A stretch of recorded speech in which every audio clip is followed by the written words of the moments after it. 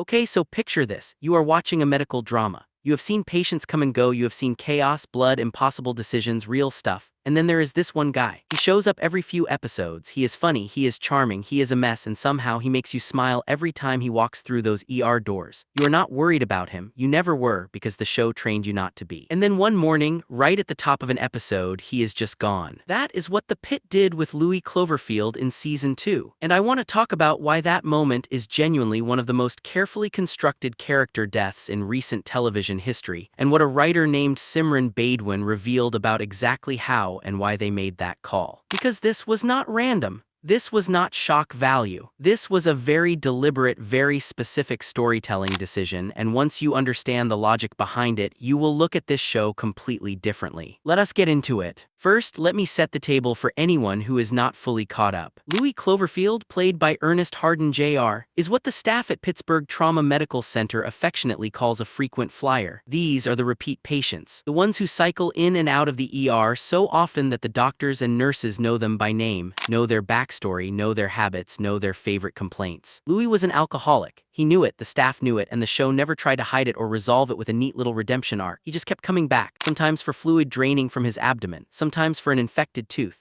And every time he showed up, there was a kind of warm familiarity to it, like running into a neighbor who refuses to fix their roof. You shake your head, you say something, they wave you off, and life goes on. The thing is, the writers had already decided way back in season 1 where this story was going. Noah Wyle, who plays Dr. Robbie and also directed the episode where Louie dies, said the team talked about it all through season 1. They knew there was really only one place this could lead. Louie himself even says at one point that he is basically digging his own grave and he knows it. That line hits very differently on a rewatch. So when season 2 comes around and Louie is back again, the show lets you relax. Oh, it is Louie, same old Louie, no big deal. And that comfort, that familiarity, that assumption that he is basically part of the furniture, that is exactly what the writers were counting on. Episode 5 ends with Louie in critical condition. Episode 6 opens with the team already losing the fight. Dr. Robbie, Dr. Langdon, and Nurse Perla are in the middle of a code that is not going their way. And then Louie flatlines. The cause of death, officially, is a pulmonary hemorrhage from liver failure. What that means in plain terms is that the damage from years of heavy drinking eventually destroyed his liver to the point where his blood vessels could no longer hold. A vessel ruptured near his lungs, blood started filling the airspace where oxygen is supposed to go,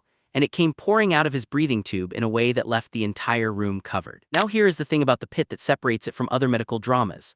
There is no music. The show famously does not use a score to tell you how to feel. You are not getting a swelling string section to cue the tears. You are just watching it happen in real time with hospital sounds in the background, the way actual ER staff would experience it.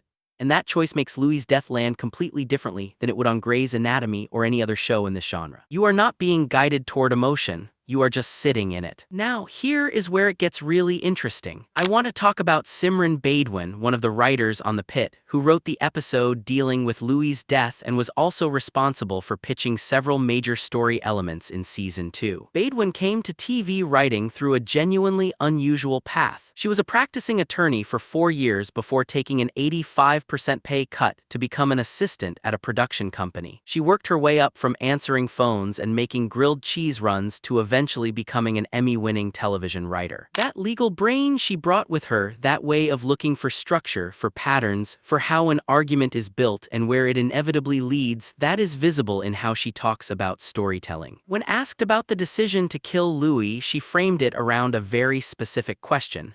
The question was not what happens to Louie. The question was, what does losing Louie do to the people who work there? That is the mission statement of this show, and she said it plainly. The whole point of The Pit is to examine what working in an emergency department does to a person over time. Not just the dramatic moments, but the accumulation, the weight of it. The fact that these people show up day after day for years, carrying things most of us will never have to carry, and then come back the next morning and do it again. So when a frequent flyer dies, the dramatic question is not medical. The medical question was already settled. Louie's outcome was inevitable from the start. The real question is, what does this loss mean to the people who considered him part of their world? This is something I find genuinely fascinating from a craft perspective, and I do not think most viewers consciously register it while watching. Characters like Louie, the Earls, the Mianas, these recurring patients that the writers jokingly call frequent flyers, they are not just comic relief. They serve a very specific structural function in the story. They are a way of making the hospital feel like a living, breathing community rather than a set where new patients appear and disappear every week. When you see a familiar face cycle back through the ER, it does two things. One, it softens the mood. There is genuine warmth in those interactions. Two, it quietly builds an emotional investment that the show can then use later when it needs to. Louie's function in the story was to be part of the background texture of the hospital. He was background noise that you grew fond of. And by making him feel permanent, by making his returns feel routine and low stakes, the writers were constructing the exact conditions needed for his death to feel like a genuine loss, rather than a dramatic plot device. There is a piece from Collider that described it well. Louie was the guy who felt like he would outlast the building. You did not worry about him because the show had trained you not to. That is not an accident, that is craft. The reaction from the cast to filming this arc says a lot about what the show is trying to do. Patrick Ball, who plays Dr. Langdon, talked about how his character had a specific complicated connection to Louie. Langdon had actually stolen some of Louie's pain medication in season 1. So when Louie dies, Langdon is not just losing a familiar patient. He's watching someone he wronged, someone he could relate to because of his own struggles with addiction, slip away before he could make it right. Ball said that made the loss sting on a completely different level. Jaron Howell, who plays Dr. Whitaker, the resident who was treating Louie at the critical moment, reflected on how the experience forced him to confront the limits of attachment in emergency medicine. He said it straight out.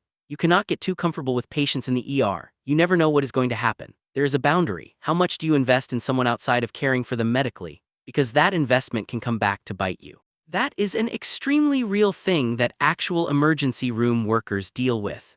The Pitt is essentially dramatizing the psychological training that real healthcare workers either develop or are destroyed by over a long career. One of the things that makes Season 2 work, and it scores even higher with critics than Season 1 did, which itself had a 95% rating, is that it made a smart structural decision. Season 1 had a mass casualty event as its anchor, a shooting at a music festival. That gave it a Hollywood-scale dramatic hook. Season 2 did not do that. And there was real risk in that choice. What do you do when you have already established the world and you do not have a major disaster to hang everything on? The answer the Pitt gave was, you go inward. You stop building out and start building down. You look at what this job costs the people doing it, not in one dramatic shift but over time. The slow accumulation of grief and fatigue and impossible decisions. Several critics called Season 2 an endurance test rather than a sprint. One review described it as a slow-motion pileup where each new crisis adds to the relentless weight these characters carry.